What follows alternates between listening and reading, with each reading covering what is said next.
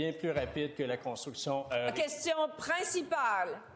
Je reconnais maintenant la chef du deuxième groupe d'opposition. Merci, Madame la Présidente. Ce matin, j'étais dehors devant l'Assemblée nationale avec mes collègues, la députée de Terrebonne et la députée de Robert-Baldwin, pour soutenir les 53 maisons d'hébergement pour femmes victimes de violences conjugales. Les intervenantes sont ici avec nous aujourd'hui et elles nous lancent un cri du cœur. Assez de féminicides, assez de violences faites envers les femmes. L'année est à peine commencée, Madame la Présidente, puis il y a déjà 6 féminicides. Ces féminicides, c'est le résultat d'un échec collectif. Derrière chaque féminicide se cachent des milliers de femmes survivantes et d'enfants qui sont eux aussi victimes et qui comptent sur nous. En ce moment, il y a une femme sur 2 qui prend son courage à 2 mains pour rappeler à l'aide et elle se fait dire qu'il n'y a pas de place, faute d'hébergement, faute de financement pour les places. C'est totalement inacceptable, c'est même irresponsable, Madame la Présidente. C'est comme dire à ces femmes, retournez dans votre milieu violent, retournez dans les bras de votre bourreau. Moi, j'accepte pas ça. Le regroupement des maisons d'hébergement nous a remis des recommandations. J'ai remis une boîte pleine à la ministre de la Condition féminine pour qu'elle la remette à chacun des députés ici de la CAQ. L'une d'elles, c'est d'investir 50,2 millions de dollars pour sauver la vie des femmes. Est-ce que le gouvernement de la CAQ s'engage à investir les 50,2 millions de dollars pour que la 7e femme reste encore en vie? La réponse de la ministre responsable de la Condition féminine. Merci, Madame la Présidente. Oui, beaucoup de féminicides depuis le début de l'année. C'est pas sans des investissements records, Madame la Présidente, qu'on essaie de contrer ce phénomène-là, qui est très complexe, qu'on ne peut pas résumer à travers une réponse d'1 minute 15, Madame la Présidente. On a travaillé extrêmement fort depuis notre arrivée au gouvernement, justement, pour construire, ces maisons de première et de deuxième étape. Un engagement gouvernemental qui a été fait par l'ensemble de mes prédécesseurs qui ont été responsables de la condition féminine. Les maisons de deuxième étape, les maisons de première étape, je les ai visitées, Madame la Présidente. Maintenant, j'aurais apprécié que la collègue de Québec solidaire puisse m'envoyer à l'avance les 53 recommandations du groupe des femmes. Je pense qu'un travail de collaboration entre Québec solidaire et nous aurait été bienvenu de pouvoir avoir à l'avance. Donc, elle savait qu'elle allait rencontrer ces groupes de femmes-là. Nous, on continue le travail. Madame la Présidente, je reviendrai avec la complémentaire pour parler de tout l'accomplissement qu'on a fait en termes de construction de maisons d'hébergement pour les femmes violentées ainsi que leurs enfants, Madame la Présidente. Première complémentaire.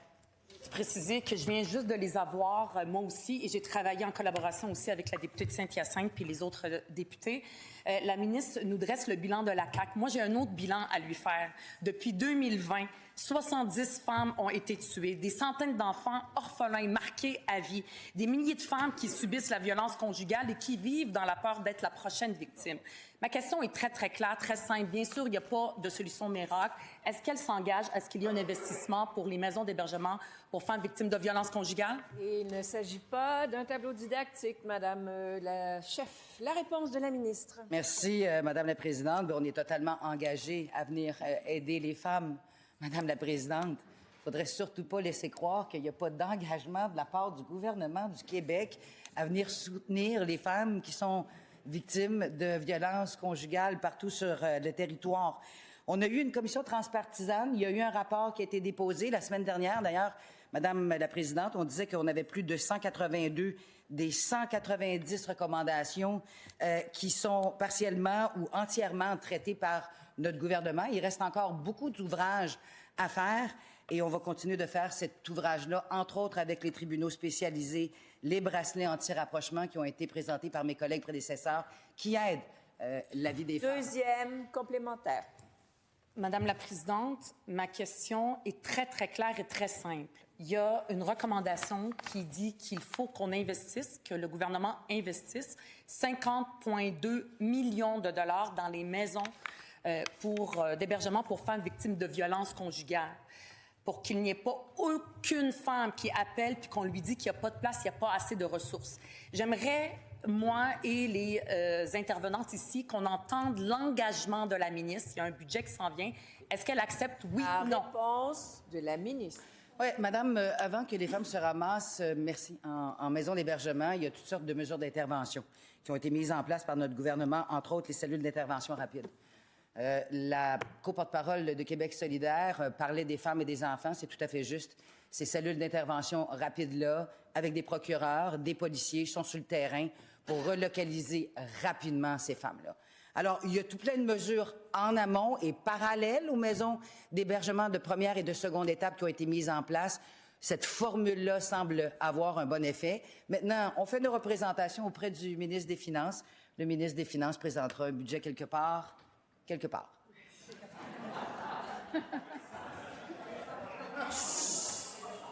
En question principale. Je reconnais maintenant le député de Jean Lesage. On vous écoute. Merci, Madame la Présidente. J'irai pas par quatre chemins. Ce qu'on apprend sur Live Nation et Evenco ces derniers temps, ça relève de choix politiques qui affaiblissent la culture québécoise.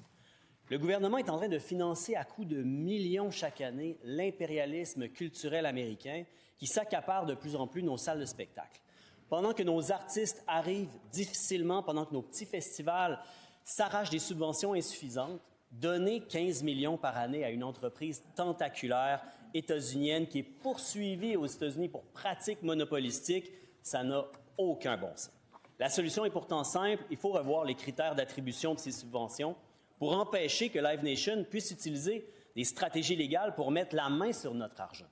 J'ai envoyé une lettre vendredi au ministre de la Culture, à la ministre du Tourisme, pour leur demander de le faire. Le ministre de la Culture a dit « on le fera pas ». J'aimerais comprendre pourquoi. Pourquoi le ministre refuse-t-il de revoir les critères et pourquoi insiste-t-il pour donner l'argent des Québécois aux multinationales? De la ministre du Tourisme. Madame la Présidente, c'est un plaisir de me lever aujourd'hui pour manifester toute l'importance de l'industrie touristique pour le Québec. Vous savez, mon rôle en tant que ministre du Tourisme, c'est de générer de la devise étrangère, de l'argent neuf, des visiteurs internationaux qui viennent dépenser au Québec. On souhaite augmenter nos objectifs. Présentement, c'est 4,4 milliards de devises étrangères qui entrent au Québec. Vous savez, l'industrie touristique, c'est le 4e secteur d'exportation au Québec. C'est 24 000 entreprises partout au Québec, 420 000 emplois et 18 milliards de dépenses touristiques. Donc, on a eu une hausse cet été, Madame la Présidente, pendant la période estivale, une hausse de 6,4 %. Donc, pour y arriver, bien entendu, on utilise différents moyens. On a une entente avec, justement, l'Alliance de l'industrie touristique pour faire la promotion de notre industrie, de notre destination à l'international. On finance également des grands événements sportifs comme la Formule 1, qui est le plus grand événement touristique au Canada, dont 60 % des spectateurs proviennent de l'extérieur du Québec. Et j'aurai la chance, Madame la Présidente, de revenir pour une complémentaire pour vous parler de l'importance de nos festivals et événements au Québec, tant à Montréal que dans l'ensemble de nos régions. Première complémentaire. Donc, finalement, si je comprends la ministre du Tourisme, donner des millions aux milliardaires américains, c'est une bonne idée.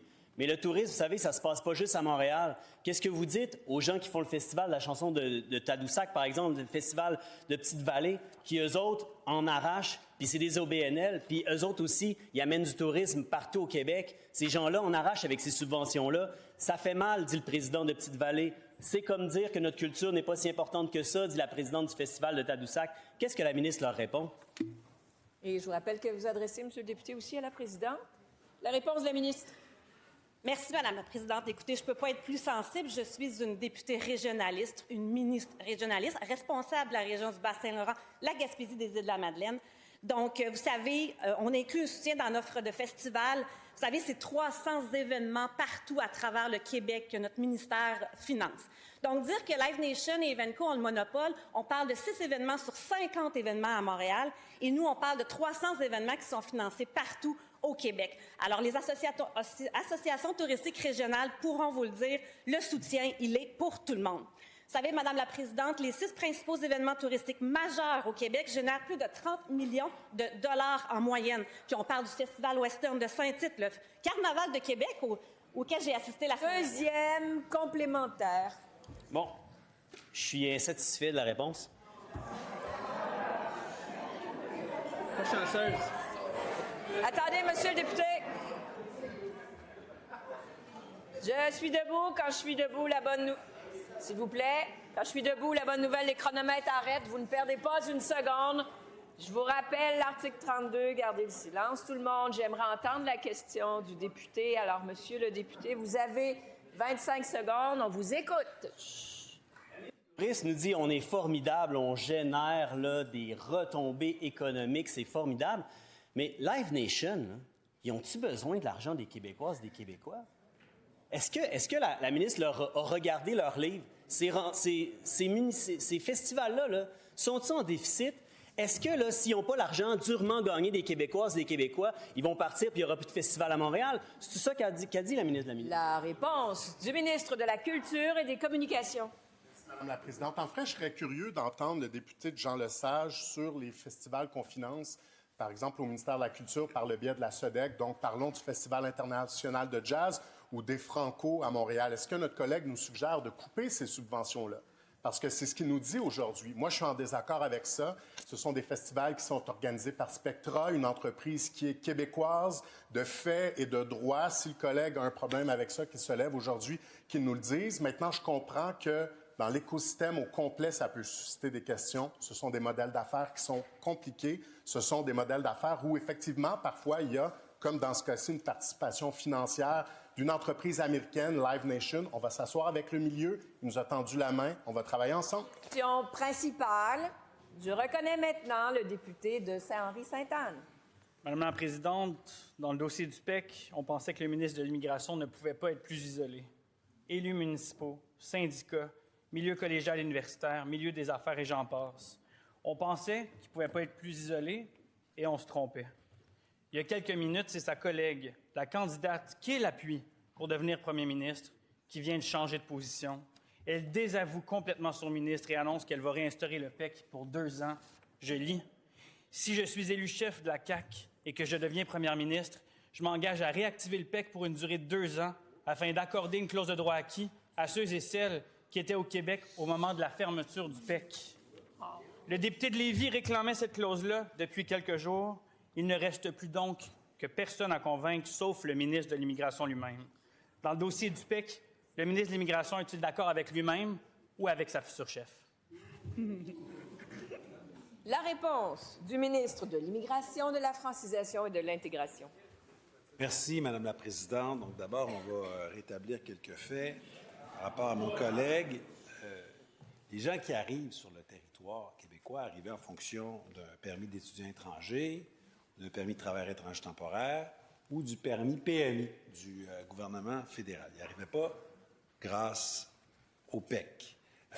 Les dossiers qui ont été traités, qui ont été déposés dans l'ancien programme, ont été traités dans l'ancien programme. C'est la définition d'une clause grand-père.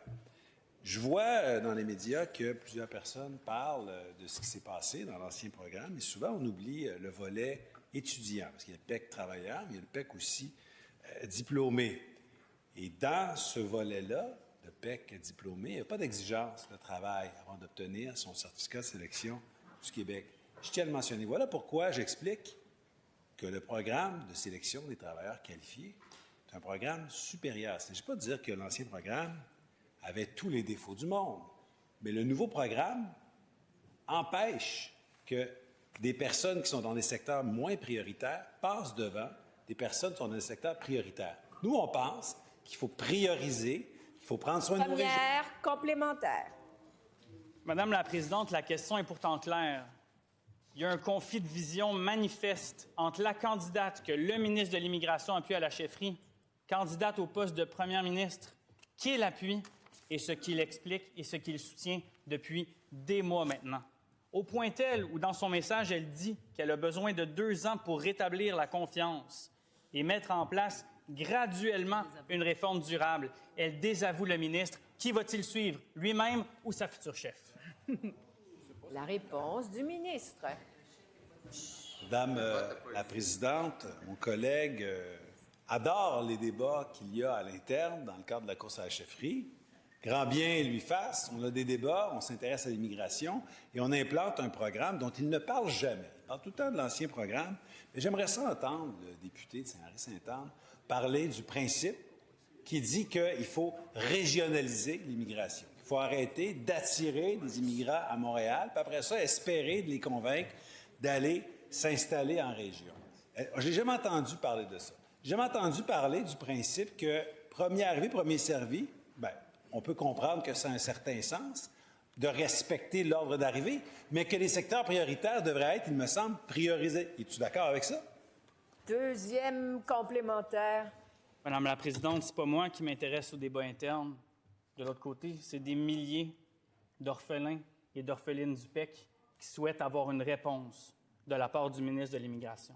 Va-t-il, oui ou non, faire comme sa candidate aspirante première ministre ou va-t-il continuer seul à s'entêter et refuser de donner la clause de droit acquis et de réinstaurer le PEC? On attend de réponse claire, s'il vous plaît. La réponse du ministre.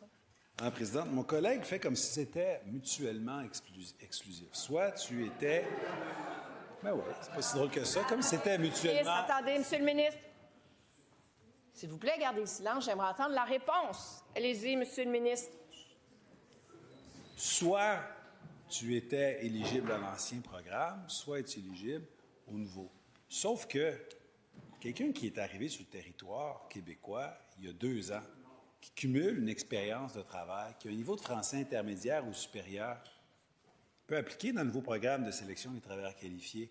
Il peut être sélectionné, il peut même passer plus vite, encore plus vite s'il y a un niveau de français plus élevé, parce qu'on a un niveau de français de base, mais plus ton français est élevé, plus tu as des points dans le PSTQ.